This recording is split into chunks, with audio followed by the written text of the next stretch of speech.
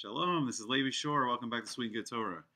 So you may be really confused by the title of this video. So if anyone's followed baseball at all this year, you can be like, how can you possibly love the 2018 Baltimore Orioles? They have the worst record in baseball. And it's amazing to me too. And you may, if you know anything about the 9 days, the first 9 days of the month of Av and the 3 weeks, say, how can you possibly love the 9 days? So, and then you may ask, well, how is the Baltimore Orioles, this year's Baltimore Orioles, relate to the 9 days, and what does it all mean? So hopefully this is all going to come together, and it's going to have some meaning, and it's going to teach some Torah. So let's dive right in. So, right, the year started with the Baltimore Orioles. I think they won the first game, and then they started losing a lot. And they lost so many games so quickly that it was weird. Like, so early in the season, it was like the whole season was over. It was just over. There was just no way they were going to do anything. So it's interesting because in baseball, the goal is, to make it to the playoffs, make it to the World Series. And what happens when, you just immediately remove that goal? There's going to be no playoffs. There's going to be no World Series. What's going to happen? So it was fascinating to me because I became more and more interested in the team. Like, at first, I just kept saying, oh, are they going to snap out of it? Like, this is the same team. Like, they started with the best record in baseball last season. They had a great start.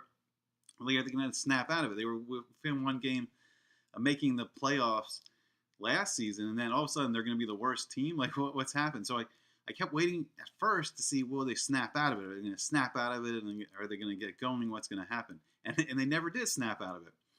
And I became really fascinated because these are all great athletes. And as in every other team, I mean, in Major League Baseball, these are all very good athletes. And it's an interesting thing in life that we don't really appreciate, where the truth is we can put in the effort, but we really don't control winning or losing. Because I don't think this team, I don't think like they just let everything go and didn't practice like everyone else and aren't, in good shape like everyone else. I don't think that's what's going on. They just, in life, we really don't control winning or losing. We control the effort we put in. And that's why it's really important to just be feel good about ourselves just for the working hard and putting in effort, because sometimes we can't control if it's going to go good or bad. But I became more and more interested, and like it became a very rare thing that we win, and they just kept going, and they would barely lose, and it would just be amazing, like how at first I became amazed how they can lose, like how can you constantly lose, and just nothing was working, like their pitching wasn't working, their batting wasn't so strong. And just nothing was working. But it became fascinating to me, and it became more and more fascinating that, right, even though you may be out of it pretty quick, the season goes on, and you have to show up every day, and you have to play, and what are they going to do? And it seems like they've hung in there, and they're getting some wins, but it's so strange, like when you're like 40 games under 500, like you win, and then it's like it's like hardly a dent in the bucket. But I think what's so fascinating to me is something incredible can happen. I don't know if they're going to latch onto this or not, but when you take away that goal, they could get to a point where you're no longer playing for anything. You're no longer playing for those. I mean, maybe you're playing, I know, so you don't have the worst record. The motivations, but maybe they'll actually reach that point where you're just playing the game just to play again, and maybe they'll tap into that joy and excitement they had before they were these professional players. They're just playing because they like the game, and maybe they'll reach that place, and who knows what will happen. But I became fascinated by this team. So how does this relate to the 9 days? So real quick, what is the 9 days? So in the middle of the summer, between the 17th of Tammuz and the 9th of Av is what's called the 3 weeks. And then when we go into the month of Av, so what we have this period of mourning for the Beis Hamikdash, for the 2 temples that were destroyed in Yerushalayim and Jerusalem.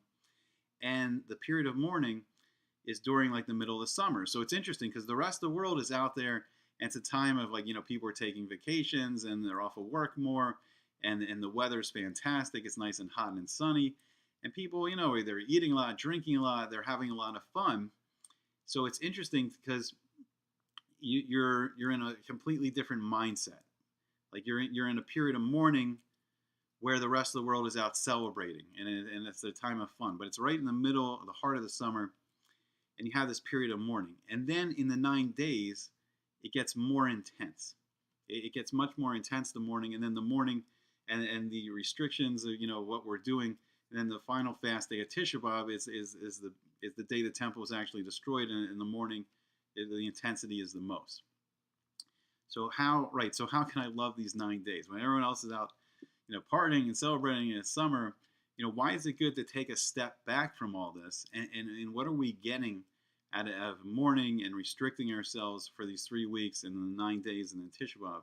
And what is to be gained by all this? So I think, the thing that's incredible about it is, I think just as the Orioles, there's no goal in them. There's no end goal in sight. And I think in some ways it's tragic, but I think a lot of the Jewish people, I don't, I remember, I didn't grow up so religious. I didn't really know anything about the 17th of Tammuz or Tisha B'av or the 3 weeks before I went to Torah in Jerusalem. I never heard of these holidays, and much less I didn't know, oh, there was this really sad 3 weeks with 2 fast days at the beginning and the end of it. So not only did I never hear of it, but obviously never participated in it. And like everyone else, it was summer, and what was I doing? As a kid, I was following the Baltimore Orioles, and enjoying the summer, and barbecues and swimming in the pool and all that fun stuff, and not taking out these 3 weeks, and thinking about, doing teshuvah to better ourselves and to mourn for the temple. Because I think in some ways the end goal, just as the Orioles, there's no end goal of playoffs and World Series. So in this mushal, I think for most of the Jewish people, that end goal of mourning for the temple and doing teshuvah and waiting for Mashiach and waiting for the time where the Jewish people are redeemed from this exile, this Gullus Edom, this exile of Edom, of Rome, which has lasted now. It's 2018 years into the exile, and the temple was destroyed in the year 70, and it's 2018, so it's a significant amount of time. It's almost like 2,000 years. And I think for most of us, that end goal of this exile being over is lost. So what's to be gained? So what's to be gained by this mourning and putting in this effort when we don't even really know if we're going to get the geula, if we're going to get the redemption? And I think there's something very special, just as when the end goal it seems so distant and seems almost unattainable, and it's almost without hope of this happening, of finally just things changing and it being done. Because I feel what's happened is a lot of the Jewish people feel like the exile's over. Okay, we live in America, we live in Europe. Most of these countries are, they're Western style democracies where people have a lot of personal freedom. So it seems like we're free, even though we're still in the exile, even though we're still in the Gullus. And it seems that we have, the state of Israel in 1948, so you can live in Israel, and you can be in this holy place. So it seems like we're not in this Gullus anymore. But I think that's what's so special. That's why I love the 9 days and the 3 weeks so much, because it makes us stop and take time out and think of what's really missing from our lives.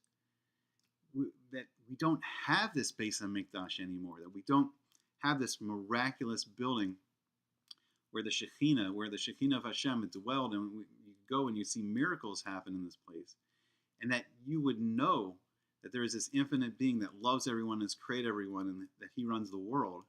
And that is so missing from the world. It's so hidden. It's so hidden that all the world is interconnected, that all the Jewish people, that we're one family, and all the nations of the world, we're all created by this one God. We're all created with a Tselem Elohim. We're all created, in the image of Hashem. And without that physical place where the spiritual world touches the physical world in Jerusalem, in the middle of Jerusalem, on the top of that little tiny mountain, without that, we're all lost. We're in this darkness. We're like this team, that has no playoff, that has no World Series. There's nothing to win. But by putting in this effort for the 9 days and really looking at ourselves how we can be better and how we can be closer and more connected with the rest of the Jewish people, and what we're missing and what we don't have, and that we're really not out of this Gullus yet, then something very special can happen. And we can reconnect with the holiness of being the Jewish people and the love that we have for each other and the love that we have for Hashem. And then maybe we'll see something totally miraculous happen that we thought there was no, there was no hope, there was nothing better. And we see that, maybe finally we see Mashiach come and we see a world where we see a great world leader. We see someone filled with great mitos, who has great characteristics, has great love for other people, and someone's that inspiring people instead of looking at all these, politicians that everyone's fighting over and we can't stand some of the things they're doing, but to see a world of inspiration where people are reaching their potential. So that's why I love the 2018 Baltimore Orioles and the 9 days. And Bezrat Hashem, may we see the coming of Mashiach very soon. Hope you enjoyed it. Hope to see you back again soon on Sweet and Good Torah.